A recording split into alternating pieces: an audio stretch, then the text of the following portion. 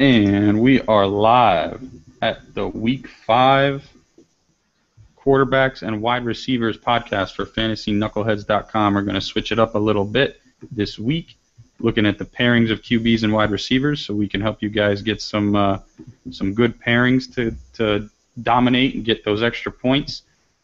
First, what we're going to do, though, is go back through our projections of QBs and wide receivers from last week. So, Alex, get ready to grade me on how we did with Rivers, Roethlisberger, and Romo. How were those projections? We did pretty well. Rivers, Roethlisberger, and Romo all had pretty good days. We recommended them. We issued a little caution on Rivers because of how the game was going to go, but he still wound up with, was it 3 touchdowns? Hold on, let me take a quick look. While you're looking that up, I'll talk on Big Ben. He did win me some good money this weekend.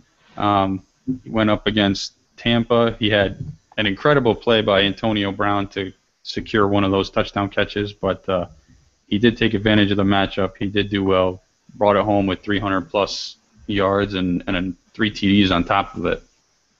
Yeah, Rivers did have the 3 touchdowns, and he had how many yards? He had 377 yards through the air, so it was a much better play than we thought it would be. But we did say that against the Jaguars something like that could happen. We just expected Donald Brown to do a lot better on the ground, and he just didn't.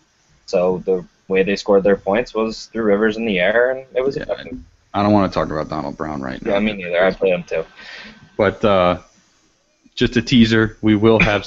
I think every week going forward for the foreseeable future, we may be mentioning whoever is playing the Jaguars as a good pick. So just a teaser for what's coming up. We also mentioned last week Mike Glennon, Blake Bortles, and Teddy Bridgewater. We threw some caution at them. They were there for very, very cheap prices, but Glennon obviously paid off. He threw for, correct me if I'm wrong, another 3 touchdowns. He was another one that threw for 3 touchdowns. He had 2 touchdowns, a pick, and over 300 yards. 2 touchdowns, sorry, a pick, but over 300 yards. So at that price point, over $1,000 cheaper than Roethlisberger, almost over $2,000 cheaper than Roethlisberger and FanDuel. I mean, incredible value that you could have gotten there. But again, we weren't sure how he was going to do on the road, what was going to happen. But we did mention Jeff Tedford coming back, going to open up that playbook a little bit. So we like Mike Glennon going forward. We'll eventually be talking about him, I'm sure. Alshon Jeffrey, Justin Hunter, Nate Washington. We hit, I believe, on all of those predictions. We said Alshon was going to get you in the end zone, which he did.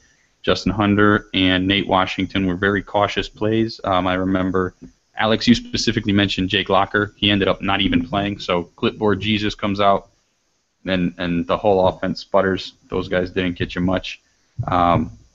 Greg Jennings was a swing and a miss for me, so that stunk, but we had 3 beautiful, beautiful plays in DeAndre Hopkins, Randall Cobb, and Golden Tate. Golden Tate in particular, 4,700. I played him in my flex. Oh, what a value he was. Can we not talk about that game, please? I won't talk about the results of the depression in that game. But man, Tate helped me out. And how did your boy Kenny Stills do? Your man crush? Yeah, he did worse than Jennings. I mean, he had the long catch, but that offense just doesn't look like it's that offense anymore, right? Or at least for right now. I mean, I'm hoping that there's some upturn soon, and Kenny Stills will get that touchdown. They're just a completely different team on the road than they are at home. I mean, and they just kind of look stagnant running the ball, other than that big run from Kyrie. They just really didn't do much on the ground, and they kind of keyed on Breeze. Cowboys look good, man. I hate to say it, but they really did look good. It makes no sense. We've been making fun of their defense all season. It's like how everybody thought the Jets were going to be the worst team in the league last year, and they just weren't. And that's how we felt about the Cowboys, and they're just not. Exactly. It's just what happens. But all right, let's shift back to Week 5. Our starters for this week. We'll start off with the quarterback value picks. We'll first touch on a couple of very, very cheap plays. The cheapest of the cheap, Kyle Orton of the Bills taking over the starting job for E.J. Manuel and going up against Detroit at Detroit. And then Glennon going into New Orleans this week. Also very cheap. Glennon's at 5,500 on DraftKings, 6,100 on FanDuel. Orton is at 5,000 on both. We're only mentioning them very quickly to say that while they may be very cheap, we again don't see all that much value in either one of them. Orton, his first start of the year, going up against a tough defensive line in Detroit. Glennon going into New Orleans, going to be very tough. For him to be able to operate with that noise level. You have anything else to add on that, Alex? Yeah. If you have to pick between the two, it's got to be Glennon. Orton is, what Orton is. He's not very good. He's not really going to be relied on to throw the ball all that heavily. He's not very mobile. He's something that I would just completely avoid. I understand that it's the minimum price for a quarterback, but you don't want to touch him. Whereas Glennon, he's in a tough matchup, but they're going to get down quickly. He's going to have to throw the ball, but I just don't know how that's going to go. I could see him throwing 3 picks, but I could also see him doing the same thing he did last week. But it's just not a chance that I want to take even at that price. And he still has the better weapons, right? Like you said, if you have to choose between one of them, Glennon has the better weapons. Even with Vincent Jackson, injured, he still hauls in that touchdown catch last week. Evans might be out for a couple weeks. Evans is out. He's out for 3 weeks. So he's definitely out for 3 weeks. So, but still, you got to look at Vincent Jackson and Austin Seferian-Jenkins hauling in those passes versus Sammy Watkins, Scott Chandler. I mean, outside of Watkins, nobody really makes me drool. So I think we spent enough time on them. So we're going to move on to the real values here. Our first guy, Phillip Rivers. Sorry to say it. You're going against your Jets, Alex. I know. But the Jets are traveling cross-country, and I think I selected him as a value here. In DraftKings, he's going for 7,000. He's going for 8,900 in FanDuel. So if you're looking for a value pick in FanDuel, he's not your guy. But in DraftKings, he's the 16th. He's the 16th highest priced QB. So he's dead middle of the pack in terms of price on DraftKings at $7,000. The Jets secondary still with issues. I mean, they shut down Calvin Johnson very well, but Stafford still threw for 250, I think, on them. Do you think Rivers has a chance to match, if not beat, what Stafford did to them? Yeah, he's probably going to beat Stafford, to be honest. I don't want to say it, but he's gonna. I'm just going to say right now that he's going to have a huge day. He could finish as a top 5 quarterback and just pray that on Sunday it happens the opposite and we just destroy him. But conventional wisdom leads you to believe that Rivers is going to have a good day against our still depleted secondary. Who knows if Milliner is going to be back yet? Even if he is, he's still not 100% healthy, and it kind of hurts more when he's on the field, like we saw against Jordy Nelson in the Packers game week 2. He just got torched. If he's on the field and he's not 100%, that's an even bigger bonus for Phillip Rivers. Yep. All right, so we like him in DraftKings again, $7,000. But we'll move off so Alex doesn't have to live in until we get to the receivers anyway. Thank you. Yeah. Looking at our next quarterback value pick, Big Ben. We just mentioned him a couple minutes ago. We liked his matchup against Tampa Bay last week. It's the same thing this week. He's going for 7,400 in DraftKings, 8,300 in FanDuel. So again, he's a top 10 priced QB in FanDuel. He's top 12 priced in DraftKings, so a little bit better value in DraftKings. Jacksonville's the worst against the pass, against a lot of aspects, of offense this year. I think the matchup kind of speaks for itself. He did very well against Tampa. He's going to be on the road against Jacksonville, but that didn't stop Andrew Luck. So you with me on this one? I mean, at 7,400, that's a pretty good value for DraftKings, if you ask me. Yeah, it's a great value. Obviously, Roethlisberger's throwing the ball better. He's got Antonio Brown and him are on fire. Wheaton's still getting in the mix, and Heath Miller is now being more included. The only issue is that, like we said last week with Rivers and them being up big on Jacksonville, we expected them to run the ball.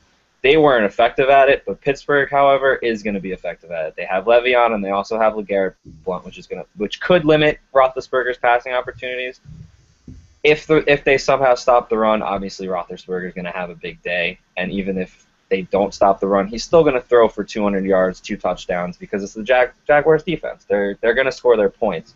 It's just he's not as high of a ceiling type of play this week, just because this is a team that we know for a fact can actually run the ball, whereas Donald Brown, it was kind of a, can he run the ball? We really think he's going to run the ball. He's given a great opportunity, but this week, Le'Veon's going to run the ball. That was a hope and a prayer with Donald Brown that, again, we'll wait till Thursday to yeah, we're not always right. Donald Brown. We'll move on. We'll actually flip sides. Blake Bortles, he's going up, obviously, hosting Pittsburgh this week. 5,200 in DraftKings, 6,400 in FanDuel. He's low 20s in terms of price rank. Tell me why you like him, or do you even like him, or are we calling him a potential for looking at that boomer bust type of pick here? I love this pick. This is as $200 more than Orton and less than Glennon. We saw what Glennon did against the Steelers defense. He lit them up for 300 yards and 2 scores, and they actually wound up winning the game somehow. Bortles is more talented than Glennon. He's got more weapons. Clay Harbor's finally back, and without Mercedes Lewis, that means he actually has a tight end to throw the ball to. I know Cecil Shorts is out again, but he showed some pretty good. Stay healthy. I know. He showed some pretty good chemistry with Hearns and Robinson last week. I see him going for at least 250 yards and 2 scores, and even with upside for more, because they're going to be down the whole day and he's going to be forced to throw, and obviously Gerhardt is what he is, and they're even getting Denard Robinson in the mix, and he's not even running that effectively either. Yeah, Denard.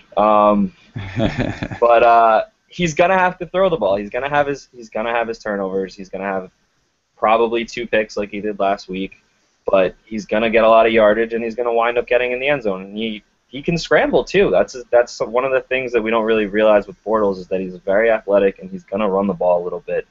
I think he had 17 yards last week or something like that, or he had 17 yards in the first half. He's gonna run the ball. He's not exactly as athletic and elusive as Bridgewater running the football, but he's in the mold of a Big Ben, where if he's forced to get out of the pocket, he's going to scramble, he's going to get you some extra yards. So I actually really like this play, unless you really want to go with a high-end quarterback. If you're really looking for true value and going for a cheap play and you want to load up everywhere else, this is the guy you want this week. Yeah, I mean, you're, again, like you mentioned, you're hoping Jacksonville goes down early and Bortles just has to pass all day long in order to catch up. It's not exactly a stretch to think that's going to happen. So 5,200 again in DraftKings, 6,400 in FanDuel. Pretty good value out of someone you can expect to throw for 250 plus. Moving on to our next guy, Tony Romo, going up against Houston this week, 7,000 in DraftKings, 7,500 in FanDuel. He's dead middle of the pack in terms of pricing of QBs this week in both sides. But I personally think that Houston defense is much better than a lot of us are really giving it credit for. And I'm going to avoid this value, but convince me not to, Alex. Well, we've seen Romo's health improve week to week. He's gotten better every single week. He seems to be on the same page with Dez and Terrence, and with that running game the way it's going, he's going to have plenty of opportunities to not have to force the ball like he has in years past. Because of that running game, I would say that, especially in regular leagues and maybe in daily, he's less inclined to have those games where he has to throw for 400 yards and 4 touchdowns and maybe wind up with like anywhere from 2 to 4 picks. He's just, with that running game, he has a lot more space to throw the ball, and he's becoming more accurate. He's finding people open. He's not rushing his throws. He's not forcing his throws. He's comfortable where he's throwing the ball, and it's been a lot more effective. So, in my opinion, he's a good play week to week. This one, yeah, Houston's defense is a little bit better than we expect, but Tony Romo's still a quarterback 1 at a mid-tier quarterback 2 price. There are definitely plays that offer more value, but I would say that he's definitely a value play at that price. Okay, like I said, I'm personally going to avoid him because I think it's a very tough matchup, and I'm very matchup focused when it comes to DraftKings and FanDuel leagues. But I cannot argue with the fact that he's a consistently the past couple of weeks put up QB1 numbers, and he's not at a QB1 price here, so I can get behind that. Right, and he's not exactly a guy that I don't think I would play him this week, obviously, like you said, with the matchup, but I have no problem recommending him because of the fact that if you're just stuck with 7,000 and only your quarterback slot is taken, he's one of the guys that you want to take because he's not going to hurt you as much as other guys could. Right. Okay. Looking at our next pick, here's a guy I can get behind. Andy Dalton, coming off a bye week, going up against the Pats. We just saw what Alex Smith did to the Pats last night. Behind the great runnings of Niall Davis and Jamal Charles. Dalton going for 6,800 in DraftKings, 7,700 in FanDuel. Again, middle of the pack pricing. He's right around the Romo pricing, but I like this matchup a lot better than I do Houston. And Dalton, like I said, coming off a bye week, he's got that extra week that he can prepare for the Patriots defense, for their calls, their personnel. Their entire offense can really do it. And if I'm not mistaken, Marvin Jones is back this week. Yeah, he's back. So they expect him to play. There you go. Then excuse me for clearing my throat there, but there's another reason why I like him so much. He's got another weapon for him now. Finally, getting Jones back. You with me on this one, Alex? I mean, I take Dalton over Romo this week for sure. Yeah, I agree. As much as the Jets season has been painful for me to watch, it's also been just lovely watching the demise of the Patriots and hopefully the demise of Tom Brady. I wish him all the best. I don't wish injury or anything of that nature upon Brady, but watching him fail has been just an absolute treat. And they got torched by what we thought was, after week one, was a not very good Chiefs team, and they just proved everybody wrong last night and just put the boots to them. It was great. I mean, I missed it. I was driving home. We were talking on the ride home, but just seeing, I had the score alerts on, and just seeing Jamal Charles score, just put a smile on my face as I drove home. But yeah, so going back to Dalton, he obviously gets that other weapon back in Marvin Jones. He's going to get his extra yards from Gio Bernard. Green's had the extra week to get healthy from the foot injury, and even though he played in week 3. We've talked about him as a value guy at higher prices earlier in the season, and if this Patriots defense continues to not be able to stop short and intermediate routes, they're going to have a big day through the air. I think I could see Giovanni Bernard getting 100 yards receiving. He might not have 100 yards on the ground, but catch and run against those linebackers that just seem a little bit slow, he could easily get close to that 100-yard mark just from receiving on maybe 6 to 7 catches. So that also adds to Dalton's value. He's gonna get his guys in the end zone. I feel like they'd rather throw inside the 20 against the Patriots because they do have a pretty good line and they're pretty decent against the rush. I know they weren't really that great against Charles and Niall Davis, but Charles and Niall Davis are very, very good running backs. Giovanni Bernard isn't as much of a between-the-tackles runner. He's more of a catch-and-run kind of guy or get him into space, although Jeremy Hill is a highly he has a lot of upside as a rookie. I just see them throwing the ball more in the end zone, and that could wind up with you can have a 300-yard, 4-touchdown day from Dalton this week. He's a highly recommended play. All right, so let's recap. If you're looking for someone bare bones price, we mentioned Orton and Glennon this week. Glennon over Orton because of his weapons, because of his matchup as well. Also liked Phillip Rivers, Ben Roethlisberger, Blake Bortles, Tony Romo, Andy Dalton. Take a look at any of those guys if you're looking for a quarterback value play. All right, man. You need 30 seconds? Yeah, give me 30 seconds. You only talked about those two. You want to talk about the other three? Well, I'm just getting a drink. What other three? Didn't you just talk about Glennon and Orton and not the other 4? No, I mentioned them. Oh, okay. Never mind. Maybe I cut out. Wait, so we have viewers? Hi, viewers. What's up? Welcome to my house. I'll be right back. Yep.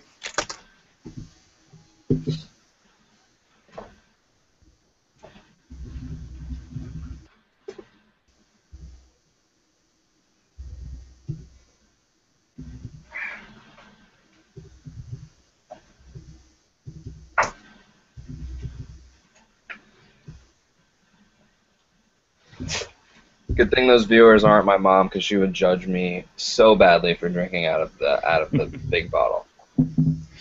No, that's funny. No, on the bottom of my screen, I don't know if you see it, but on the bottom of mine, I have like it says 1 viewer, 2 viewers, or whatever, and we've only had 1 or 2. And for the time that there's 2, it was like 30 seconds. Kind of Nice. funny. Nice. Nobody wants to watch us. Yeah. Okay. So the one person that's still watching us, thanks. Appreciate it. Don't know how to get you involved. Shoot one of us an email. We'll figure it out. Oh, you're roboting again. You roboted. We've had a lot less roboting today. I'm pretty happy with that.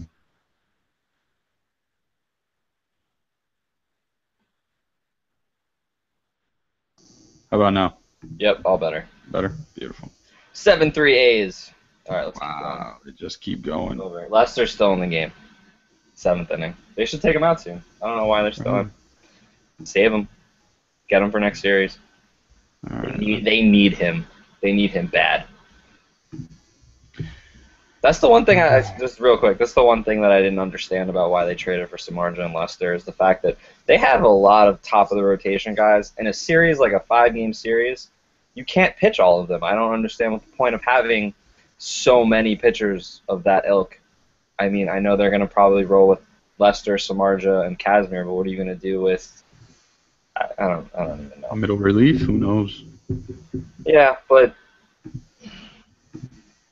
That's the problem. That's the problem with having pitching depth versus front end talent. It's also why the Dodgers are making the World Series, whether we like it or not. As long as the Nats don't make it, I'm happy. All right, let's do it. 1 sec. Pause. All right, we took out Doug Baldwin, right? Yeah. Okay. Do you want to go backwards on the teams like we have it now, going down, or do you want to start with Kelvin and work our way up? I'm gonna go top to bottom. I have Malcolm Floyd and the yeah, that's fine. Chargers guys first. Okay. Okay. So let's move on to the receiver value picks that we have here. We're gonna use this group all in one. I'm gonna rattle off some names here. The trio of Chargers wide receivers: Malcolm Floyd going for 3,000 in DraftKings, 5,300 in FanDuel. Keenan Allen going for 58 and 7,000 respectively. Eddie Royal going for 4,400 and 7,300 respectively. Again, I'm going to turn to the Jets fan to tell me why you like these guys going up against your secondary this week. Because it's our secondary. I feel like I just don't even have to say this anymore. Our secondary is horrible. Until I tell you otherwise, just play receivers against the Jets. Because we can't, other than Antonio Allen, who couldn't even make that tackle against Jeff Ross last week. I think that's his name. I don't even know. I don't even know who he is, where he came from to score that big touchdown against us, and he just missed the tackle. He's the only guy that I trust to cover anybody, and he couldn't cover anybody last week. The only saving grace we had was that Calvin Johnson wasn't healthy. Otherwise, that would have gotten way, way out of hand last week. Yeah, Rivers is the kind of guy that is going to take full advantage of this. He, for some reason, loves playing us, and he loves beating us. The only one I would issue a little extra caution on is Keenan Allen, because he will be on Antonio Allen, so they're going to have their own little Allen Island. I don't know. I guess Allen squared. Who cares? But I could see Eddie Royal having another big game. I know there was talk about him being included more in the passing game because of the injury to Woodhead, and he's kind of taking over a little bit of that role and taking his targets away. Mm-hmm. And also Malcolm Floyd, because we saw Stafford's touchdowns didn't necessarily come to his big guys. I feel like he's one of those guys that he's going to get deep on Darren Walls or Kyle Wilson, because he's not going to be matched up on Antonio Allen, and he's going to have a big score. So those are pretty cheap plays that you can feel kind of confident playing, especially in a 50-50 or even a tournament. Keenan Allen's the only one I would issue a little bit more caution in, but at the same time, he could have the biggest day of the three, obviously, because he's starting to get in the mix, and Rivers is finally on the same page as him. I played him last week. It was great.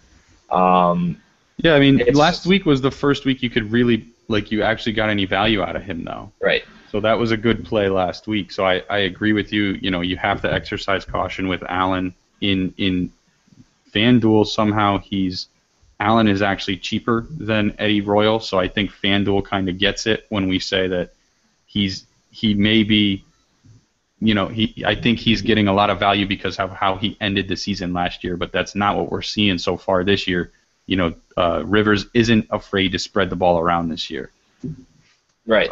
So I absolutely agree with you on that. But at the same time, you know, Keenan Allen was thought of as a borderline wide receiver 1, wide receiver 2 coming into this year.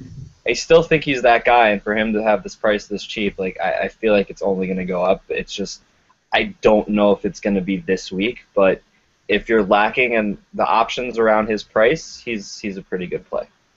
He's sitting there. He's being priced as a wide receiver 2 right now, so we'll see what happens. But again, any of those trios would be a nice match if you're going with the Phillip Rivers play this week as well. And one final note on the Jets defense. I mentioned this last week. I said if Golden Tate is ever matched up against a linebacker, I'm going to rip the hair out of my head.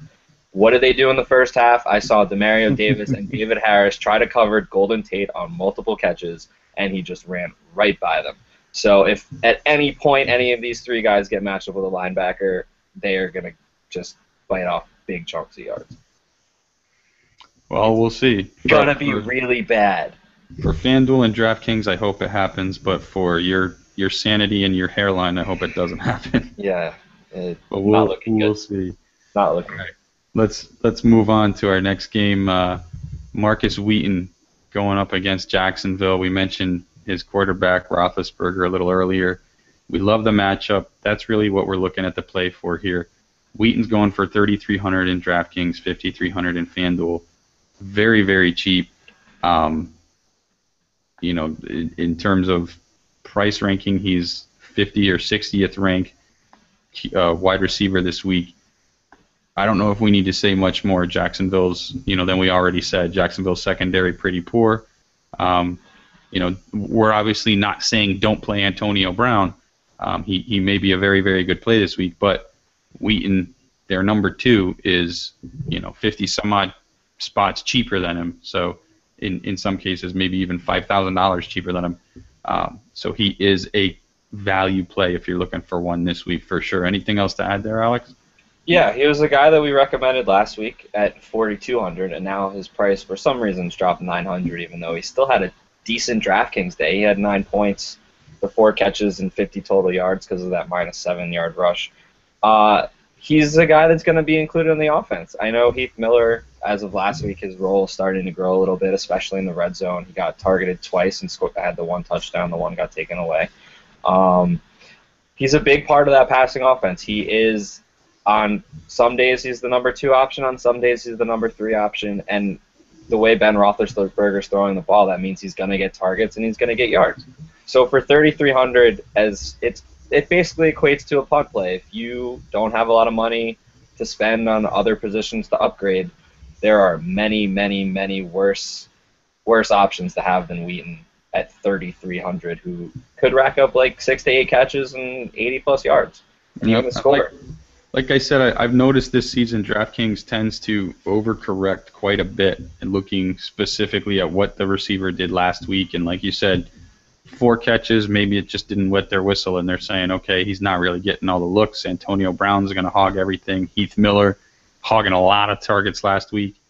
You know, who knows? We don't make the prices. We just try to make money off of them. So right. I was looking at all the prices today, just going through like making my lineups and such, and I just feel like DraftKings is just baiting people this week. There are so many different like cheap plays. We'll get to a lot of them later in the show and on Thursday when we get to running backs and tight ends. But good God, there are some crazy value. It's like DraftKings is begging you to take these players that just seem like are no-brainer picks at higher prices. I just don't get it. They're baiting you. Let's take advantage and make money, man. Let's do it. We'll move on to our next game, the Eagles at the Rams. We're going to look at Macklin and Matthews. Jeremy Maclin and Jordan Matthews as value picks here. Macklin's going for 5,600 in DraftKings, 7,600 in FanDuel, so he's definitely more of a value in DraftKings. The 22nd ranked wide receiver in terms of price versus the 11th in FanDuel, so clearly DraftKings has more of a discount on him. Jordan Matthews going for 3,500 in DraftKings versus 6,300 in FanDuel. Pretty similar value in there across the two leagues. Again, at home against the Rams, it's a pure matchup play. You gotta like this one. I think our only hesitation here is that Eagles offensive line, which absolutely got decimated by the Niners last week. Do you think that Chip Kelly can take these guys and fix at least something in the offensive line so that the offense and these wide receivers can make plays and get us points, or are you avoiding these guys altogether, Alex? I don't know what to do with that line. Even with that line, though, it seems like Foles still has the ability to make those passes. It's just that he hasn't really been all there this year. Obviously, he had the big week 2 weeks ago, but last week he looked a lot like he did 2 weeks. He looked a lot like he did week 2. Mm-hmm. Just to jump back into a little bit of like the Marcus Wheaton versus a Jordan Matthews type of debate where their prices are a little similar, I would feel a lot more comfortable playing Marcus Wheaton because you know he's the third option. You know Ben Roethlisberger is looking his way. Whereas Jordan Matthews on a day could be the fifth option or it could be the second option. You don't really know from week to week until he overtakes Riley Cooper, which I'm pretty sure will happen because Riley Cooper is just awful. He hasn't looked good at all. And it might be partly because of Foles, but in general, he's just not a very good number 2 wide receiver to have on your team anyway. So until Matthews takes over that outside role, I just don't feel comfortable playing him in either daily league just because you don't know what you're going to get from him, even if his price is so low.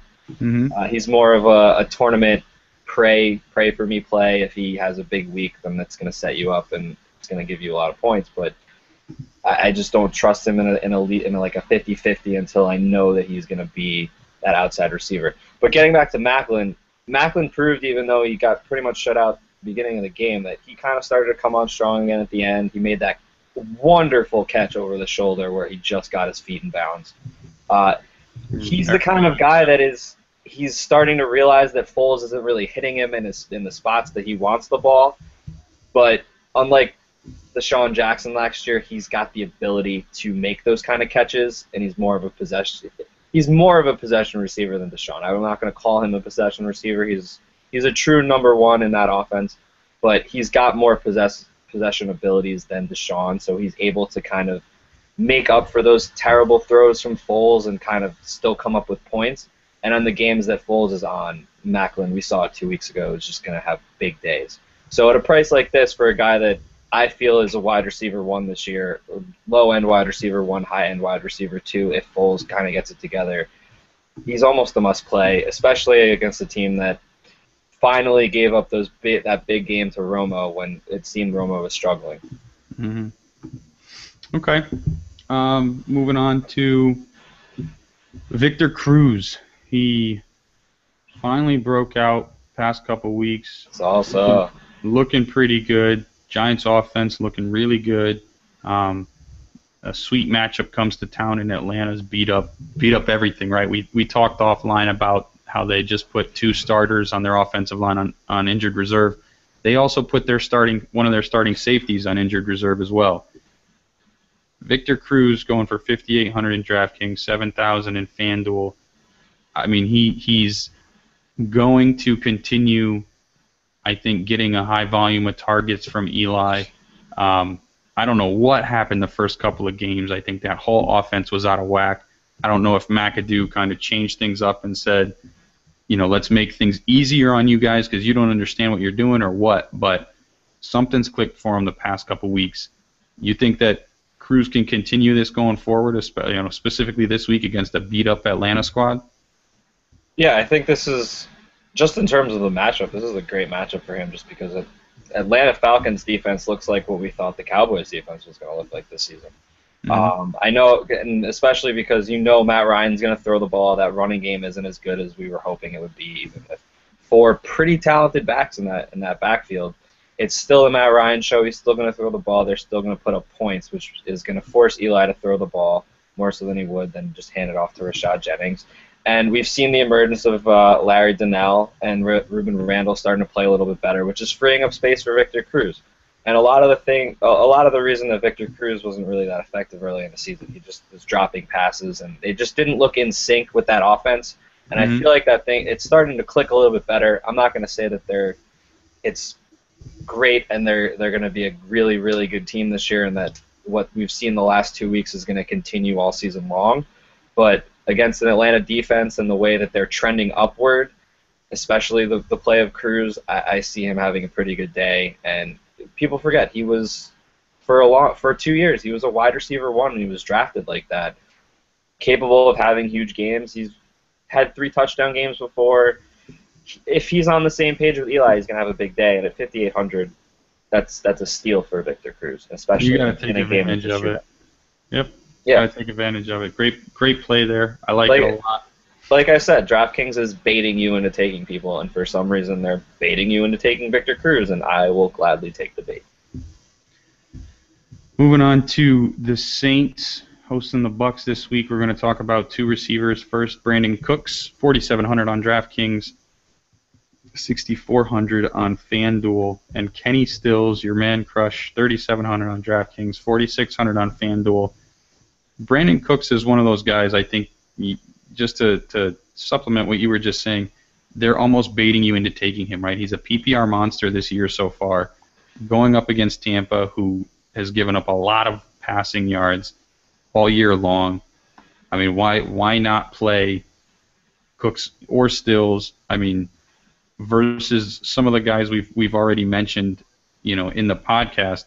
These guys are just as good, if not better, right? Brandon Cooks versus Victor Cruz this week. I mean, I could easily see them being very, very close. Cruz may be edging him out because he is that wide receiver 1, but at 4,700, I don't think there's really an $1,100 difference between the two. I think Cooks is just beautifully priced this week in both leagues, for that matter. And Stills, obviously, you love him to death. Is this the week that he gets in the end zone? It probably will be, because this is the week that I'm not going to put him in my DraftKings lineup, because until I see some improvement from this New Orleans offense, I don't trust playing anyone but Breeze, and I'm not touching Breeze because his price is so astronomical until I see some improvement from that offense. I'm not putting anyone in my lineup unless for some strange reason I have enough money to play Jimmy Graham. So that's the only person that I would recommend playing from the Saints offense until we see it click into gear. But this could be the week that it clicks into gear, because they're at home. They're against a very poor team, a team that I feel like their defense is going to feast on Glennon. My only issue is if that defense feasts on Glennon, they're not going to need to throw the ball at all. And that's going to really hamper their value, because... That's never really stopped them in the past, though. I mean, these guys at home run up the score whenever they can. You make a good point there. But... they get 2 pick sixes and 2 touchdowns early. I don't know. You're right in that sense that at home they don't really take the foot off the pedal, so that's not something we really need to worry about. I guess with that in mind, then Stills is going to wind up with his touchdown, but I'm just not going to take that chance this week until I see vast improvements from that offense. Okay. I think a lot of it has to do with that running game without Ingram. That running, we were talking off air earlier, that running game's kind of stalling a little bit, other than that big run from Kyrie against Dallas. They didn't run the ball very well. I think they only ran like 20-something times for 40-something yards between him and Pierre Thomas and Cadet. For some reason, Cadet was getting more playing time than Pierre Thomas, which I just do not understand. I don't want to talk about Pierre Thomas right now either. Yeah, I played him in a few leagues last week. It didn't really help. But anyway. Yeah, I just... For right now, I personally can't recommend a play out of New Orleans until I see improvement from that offense. Okay. And like I said, I think this is going to be kind of a tease week, because I think the matchup's there. It's at home. It's coming off of a brutal loss at the Cowboys, so I think they're not going to be shy to run up the score. And I think they're going to do it to try and make a statement and to try and make everybody say, "Oh, the Saints aren't gone yet." They got to be in consideration. So my vote is that they're going to pop off, but you really can't predict who. So it's going to be very tough to determine which one. But I personally like Cooks more than Stills this week. So if you're looking for more points, he does get those, more targets. He is a more of an underneath receiver, kind of like the Wes Welker of the Saints. But that's my touch on that. But we'll move off of them. It'd be a really fun stack in tournament play, going Breeze, Stills, Cooks, Colston, Graham, and Kyrie, and then filling in with whatever extra money you have. If you think they're going to go off for 50-plus points, you're going to get a lot of touchdowns. It'd be interesting if it's possible. I think they limit you to 4 people on each team, but it would, if you think they're going off, go ham on the Saints this week. That's one of those free roll things where you're just like, you know what, why not? Let's see what happens. All right, moving on to our next game. We've got Reggie Wayne going up against Baltimore this week. 5,700 in DraftKings, 7,400 in FanDuel. I think you must have recommended Wayne this week because I don't like the Baltimore matchup. I know Andrew Luck has been pretty much unstoppable this year, but Baltimore I think is a better defense than anybody they've faced yet, and they're not an offense like the Broncos that's going to go up 5 touchdowns and make Luck throw the whole second half. Why do you like Reggie so much? Because it's Reggie and Luck together. They're best friends. I talk about this almost every single week.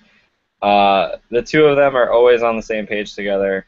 It hasn't really resulted in big time numbers until last week, but they're always on the same page. I think Reggie Wayne has a better chance of getting open against the Ravens team. I feel like they're going to key a little bit more and play a little bit more over the top for like a T.Y. Hilton or even a Dante Moncrief.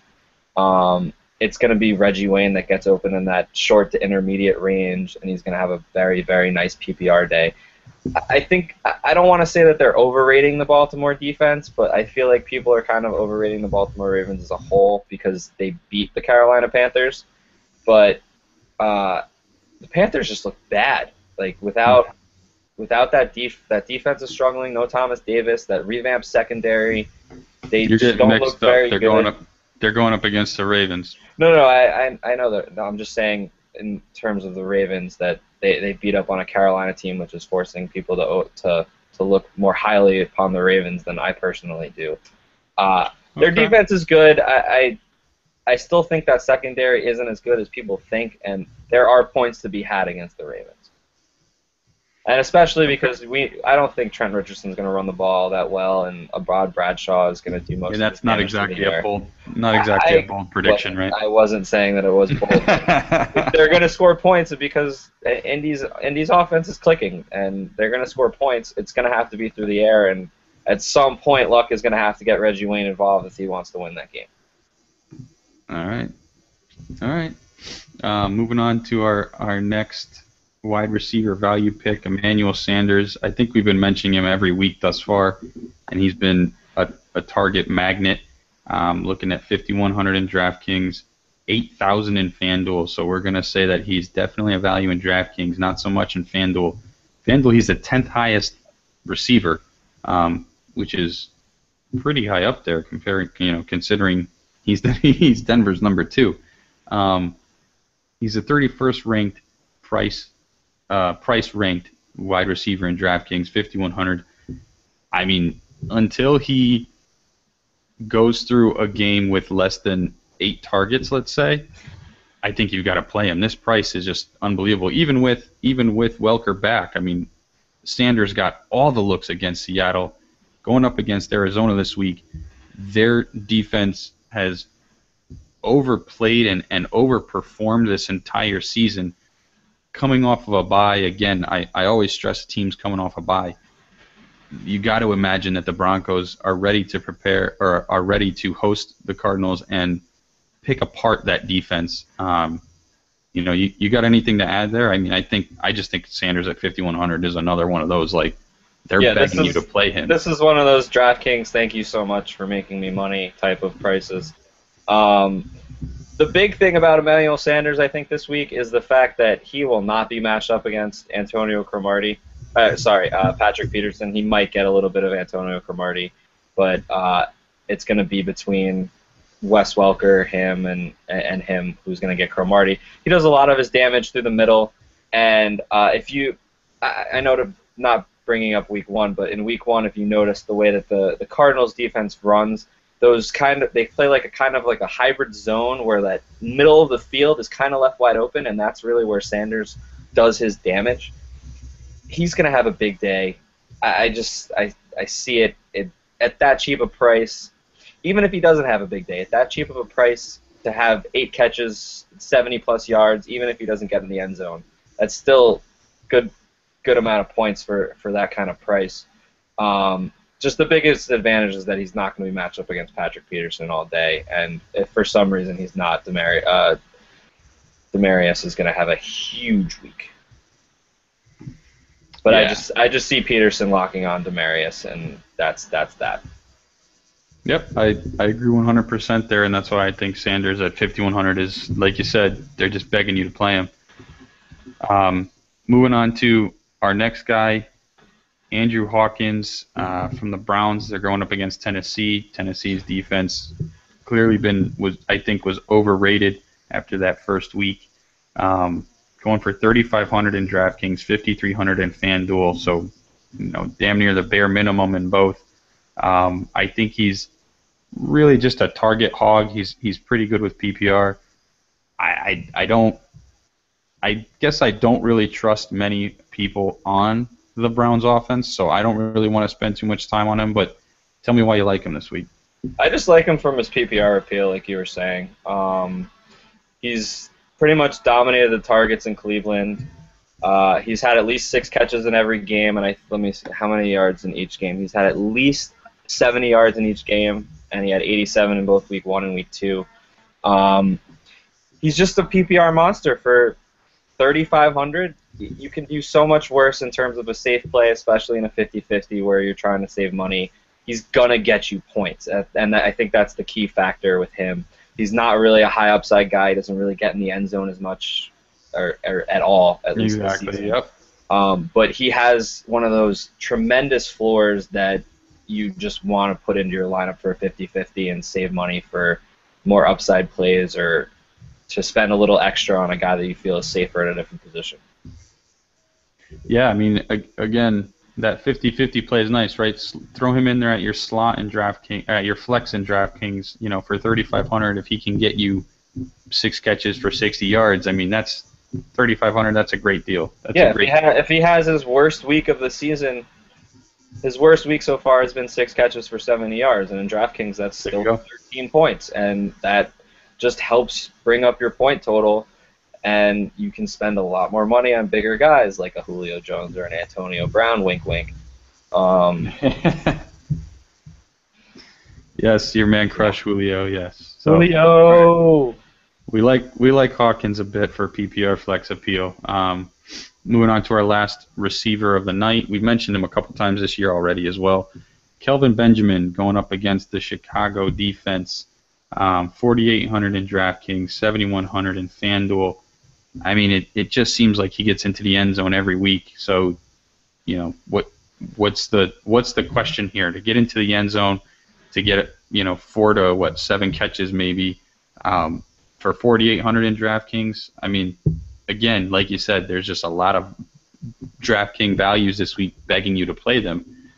I mean, we saw what Aaron Rodgers did to the Bears defense. Cam Newton isn't going to do that. But Cam Newton is going to have to throw the ball. They have no no running backs this week. I mean, who are they starting? Fozzie Whitaker or Chris Ogbonnaya? I saw his name. It's like Darren Reeves, I think. Is it Darren Reeves? Hold on. Either way, I mean, they might as well be starting my dad, right? I mean, come on. It's a little bit ridiculous there. So Benjamin clearly going to get targets. Him and we'll probably touch on Greg Olsen on Thursday, but it's Darren Reeves. I don't even know who Darren Reeves is. So he's the starting running back for your Carolina Panthers.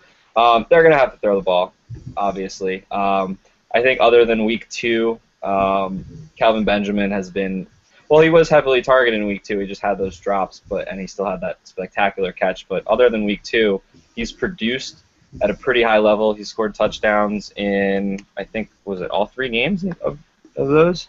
Yeah. Seemed like it. He's had three. He had three He has a touchdown in each of those other 3 weeks where he's had at least 5 catches. He's a preferred red zone target for Cam Newton. He's a clear number 1 receiver on a team that doesn't have any other receivers besides Greg Olsen, and he's not technically a wide receiver. He's the guy. I feel like he's the only rookie wide receiver that I feel like has a dependable consistency score.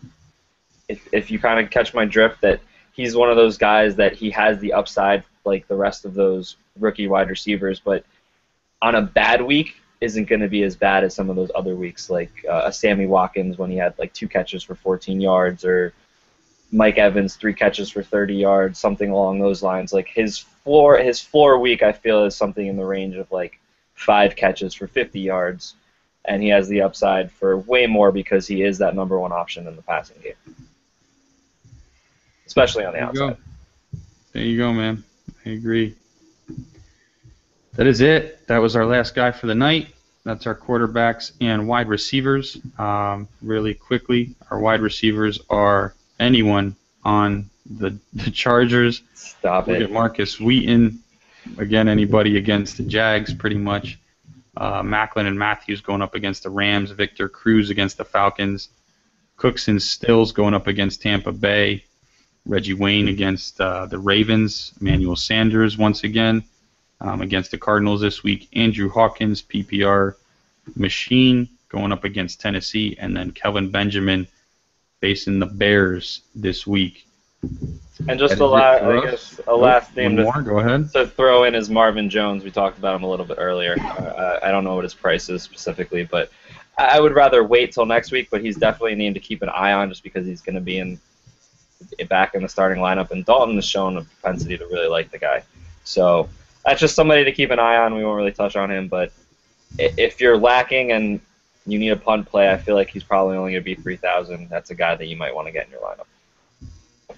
Yeah, so to touch on him real quick, let me bring up his price. Marvin Jones, 3,500 in DraftKings. He wasn't even available in FanDuel yet.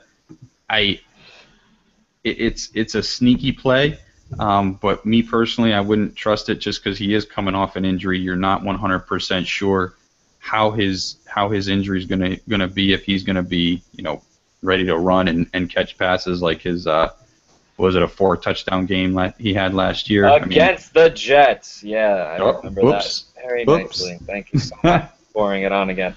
It's one of those. I would maybe recommend him as a sneaky play for a tournament. Don't touch him in 50-50s. If you just need to fit someone in a wide receiver 3 or a flex spot, take a look at him. Don't necessarily definitely play him, but he's definitely worth looking at because he has upside for way more than a punt play. There you go. All righty. That's our podcast and our viewing for the Week 5 quarterbacks and wide receivers. Hopefully gave you guys a couple of good pairings like we did last week.